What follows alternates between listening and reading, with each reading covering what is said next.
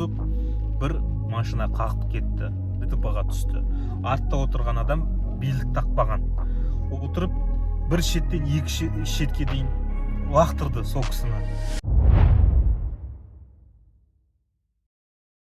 Ассалаумағалейкум, қазақ елі. Македаки арнасына қош келдіңіздер. Бүгін жоспарланған видео емес, бүгін бір видео салып едім Македаки арнасына. Міне осындай обложкасы, достар. Және де бұл видеода мен 6 адам отырмақшы болды. Көлікке мен алмай қойдым. Елдің қарғысына тап болдым ба білмеймін, өте көп пікірлер қалтырып жатыр TikTok арнасында және YouTube арнада бір-екі пікірлерді сіздерге оқып жіберейін де сіздерге жауап берейін, достар. Біреу жазып кетті, құрып кет дейді. Құрып кет дейді, жарайды. Бөпелерді қалай тастап кеттім дейді бір пікірде. Төртеу емес, үшеу, екі бала алмайсың ба, саған қарғыс айтады. Алғыс алсан екі есе берекелейді дейді Құдай. Сен сияқты ақмақтар жүреді өмір бақи таксопа жасап дейді. Таксопа болып дейді. Таксовка жасап. Мен сияқты жоқ, мен барлық бейнероликтерімді айтам, даму керек. Мен де дамып келем. Такси саласы өмір бақи, пенсияға дейін такси саласында жұмыс істемеймін. Басқа да табыс көздері бар, Құдайға шүкір, соларды дамытып келемін. Мен таниды, мен всегда айтам, таксовка өмірлік бір уақытша кезең болсын, өмірлік. Сіздер арғай дамып, бизнес саласында дамып кетсеңіздер, карьера қылып, жұмыста мамандық бойынша бір жұмысқа кіріп деген сияқты. Сондықтан да мен әр қазағыма, әр таксист бауырларыма айтам, таксиде отырып қалмаңыздар, уақытша өмірлік кезең болсын деп солай тілектеспін. Сонымен осы пікірлерге мен жауап берейін. Негізі отырған кезде 3 үлкен кісі болды, бір бала болды, бір 10-12 жасар, және 2 кішкентай младенец дейді ғой, 2 кішкентай бөпелер болды, жігіттің қолында және әйелдің қолында. Сонымен санасақ 6 адам, достар.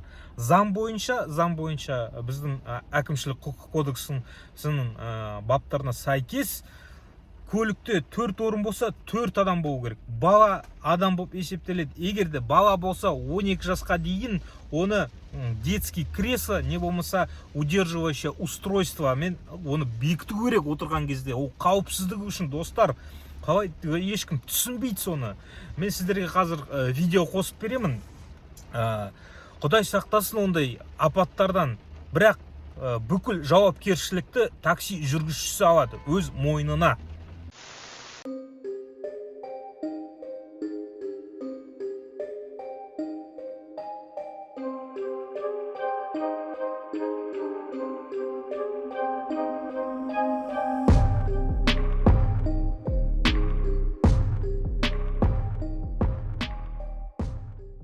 Бұл Ресейде болған жағдай.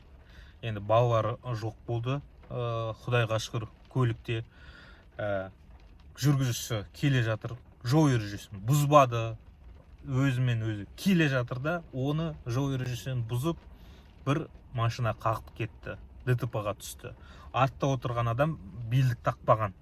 Отырып, бір шеттен екі шетке дейін, қалай айтса, лақтырды сол кісіні.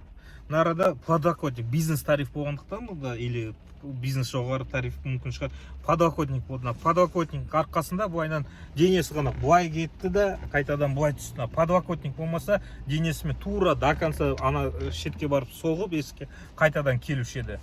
Ал қолында баласы болса, не болмаса кішкентай бала отырса, жаңағыдай артта не болар еді, достар. Және де ақырын соғылған шығар. Қатты удар болса не болар еді.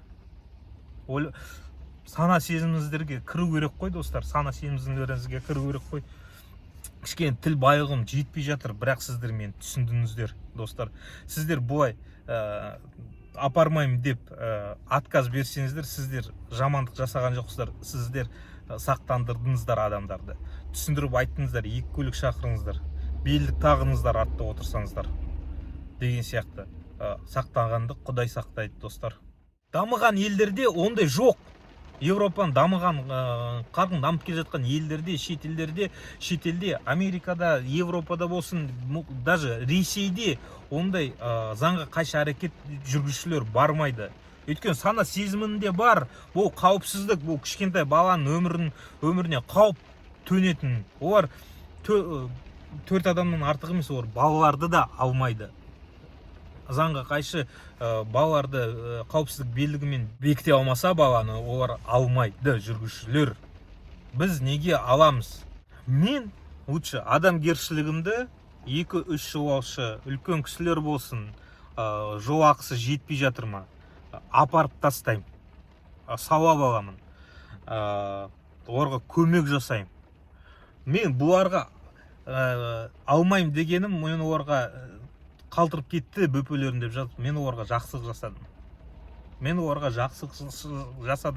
оларды мүмкін жаман оқиғадан сақтандырдым. Апармайым. Отырсаңыздар 3-4 адам болып отырыңыздар, қалған екінші көлік шақырсын, не болмаса минивэн шақырсын. Младенецтерді вообще бустерді. Мен бір досым бар, роддомнан шығарған кезде, бүйтіп бәріміз енді бүйтіп алып келеміз. Мен де сөйтіп алып келдім балаларымызды.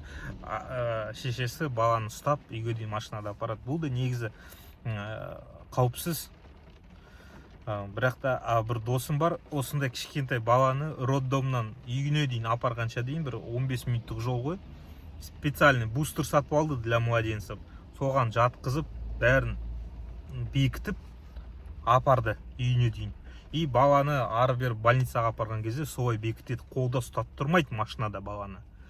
Оның басынан өтті. Ол қауіпсіздік екен, қауіпсіздік шараларын сақтап жүр, біледі. Сақтанғанды Құдай сақтайды. Достар, бұлай қазақи жарайды отырыңыздар десем, ертең